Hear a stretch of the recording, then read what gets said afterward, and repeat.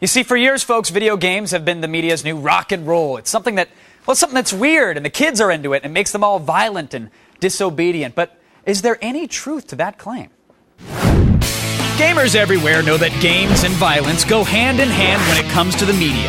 Last week, Texas A&M University released a study that stated there's no link between violent video games and real-life violent actions. The conclusion of their study states, quote, "Although violent video games appear to increase people's aggressive thoughts, violent games do not appear to increase aggressive behavior." End quote. But for every study stating there's no connection, 10 more will draw a big, bloody line straight from BFGs to IEDs. Is this the first step toward ending the blame for video games as the root of all evil?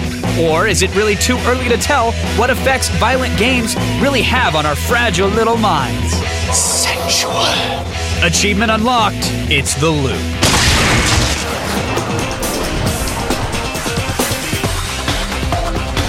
Joining us tonight from Los Angeles, Adam Sessler, co-host of X-Play and spokesman for National Institute and Media and the family, Blois Olson. Gentlemen, welcome to The Loop. Blois, I'd like to start with you, sir. Last week, Texas A&M University, they released a study based on previous research that concludes that, as we said, while violent video games increase aggressive thoughts, they do not appear to increase aggressive behavior. Do you think they got the study right, Blois? Well, first of all, I think it's pretty easy to do a study of studies. And that's what this was. There's no original research in this study. And I think that one of the key things was he tried to edge the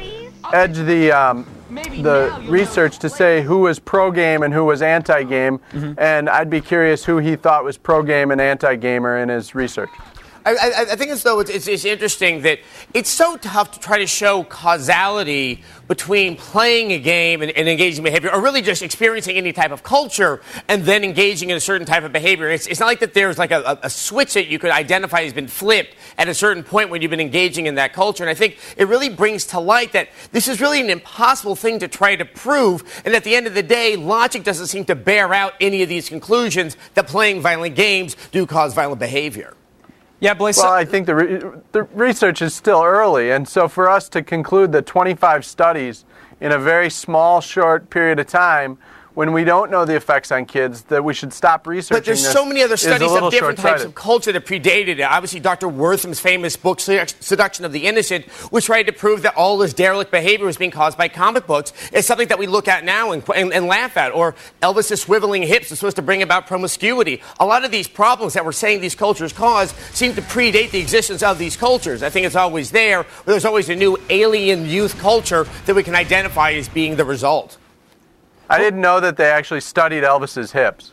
Well, I know young women definitely did. Adam definitely studied it, and it's to blame for a lot in his life. But, Blois, let me ask you this then. If it's too early to tell if these studies are legit or accurate, or even if we can study this sort of matter at all, whenever you turn on CNN or MSNBC or Fox News, whenever there's a violent act, especially one that's committed by a youth, you get the overhead shot of the crime scene from the chopper, and that's immediately followed by B-roll of Doom or Quake or Grand Theft Auto, some other violent game. Why is that happening when others are saying, hey, look, you can't even trust these studies? Why is the media making that leap and that conclusion then? You know, it's funny you say that because I've started to watch that trend over the last 6 or 7 months. And actually, it's the video game media that asked the question first.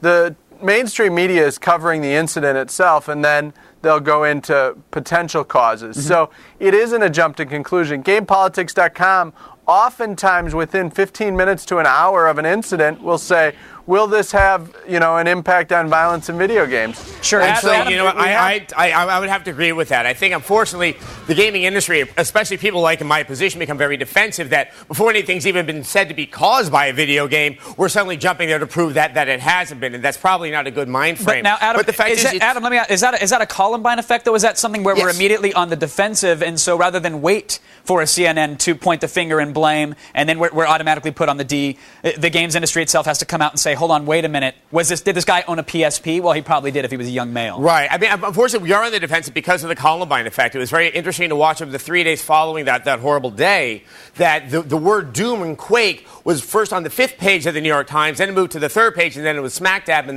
the first paragraph of the story about what was behind the Columbine shootings. Sure. And that just sort of precipitated this whole process. But really, it becomes so politically expedient, especially now that we're in an election year, that people will start to look to these games because they're alien to so many adults out there. They don't understand the language. They don't understand the culture. And so they become a very convenient place to blame all the ills that are happening in society with our children instead of looking at what's probably really responsible, which is bad schooling, that there are no good after-school programs, and that there's a lot of strain being put on parents to raise their kids correctly because they have to work so many long hours just to keep things together. Well, let's get back to the root of the issue, of course, which are the studies and these links between violent games and aggressive tendencies.